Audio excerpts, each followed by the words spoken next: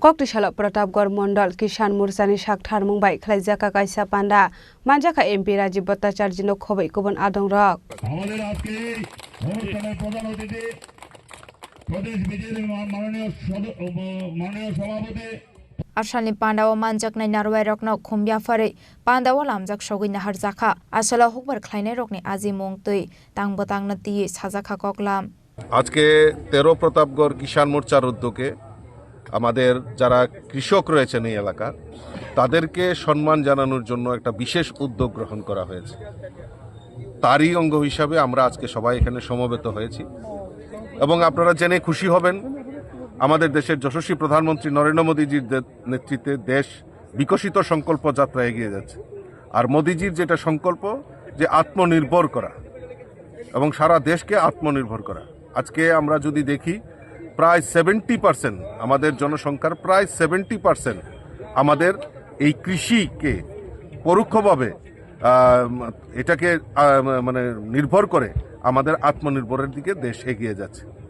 আমাদের দেশের প্রধানমন্ত্রী কৃষকদের আয় দ্বিগুণ করার লক্ষ্যে বিভিন্ন পরিকল্পনার মাধ্যমে আমাদের এই ভারতবর্ষের কৃষকদেরকে আয় দ্বিগুণ করার লক্ষ্যে বিভিন্ন পরিকল্পনা নিয়েছেন। তার মধ্যে বিশেষ Kisan Samman Nidhi, Kisan credit card, soil health card এবং কৃষকদের যে উৎপাদিত সামগ্রী সহায়ক মূল্যে ক্রয় করা তার উদ্যোগ নেওয়া হয়েছে।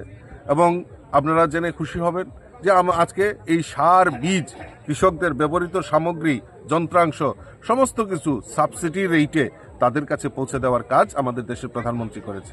আজকে এই ত্রিপুরা রাজ্যে আমাদের যেখানে 2015-16 যে সার্ভে সেখানে দেখা গেছে আমাদের এই রাজ্যে 6,580 টাকা ছিল মাসিক গড় আয় কৃষকদের।